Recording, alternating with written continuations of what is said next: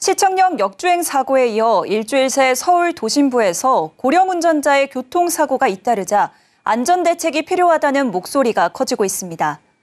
보험사 통계에서도 65세 이상 운전자가 65세 미만 운전자보다 손해율이 더 높은 것으로 나타났는데요. 보험업계에서도 고령 운전자의 사고율을 줄이기 위한 고민이 깊어지고 있습니다. 김도아 기자입니다. 지난해 65세 이상 고령 운전자가 65세 미만 운전자보다 13% 정도 교통사고를 더 많이 낸 것으로 나타났습니다. 보험계 발언에 따르면 65세 이상 운전자의 사고율은 4.57%, 65세 미만 운전자의 사고율은 4.04%로 집계됐습니다.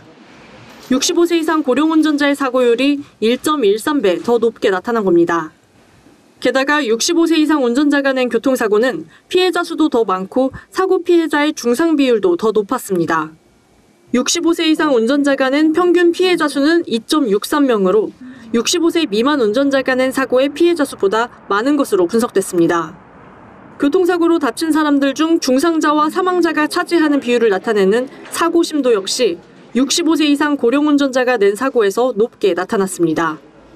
65세 미만 운전자 사고의 사고 심도는 7.67%인 반면 65세 이상 고령 운전자 사고 심도는 8.72%로 훨씬 높았습니다. 고령 운전자의 사고 빈도와 피해 정도가 높게 나타나면서 지난해 자동차 보험 손해율도 80.2%로 집계됐습니다. 65세 미만 운전자보다 4%포인트 가까이 더 높게 나타난 겁니다. 고령 운전자가 낸 사고의 평균 손해액 역시 65세 미만 운전자보다 34만 6천 원가량 더 많았습니다. 고령 운전자의 교통사고율과 피해자 중상 비율이 높게 나타나면서 관련 대책 마련을 위한 보험업계의 고민도 깊어지고 있습니다.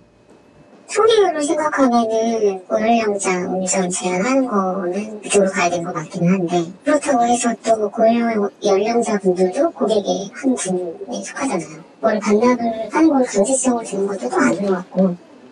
10년 뒤인 2035년에는 1,000만 명에 가까운 고령 운전자가 예상되고 있어 고령자의 운전 능력 등을 고려한 안전운전 유도책이 시급해 보입니다.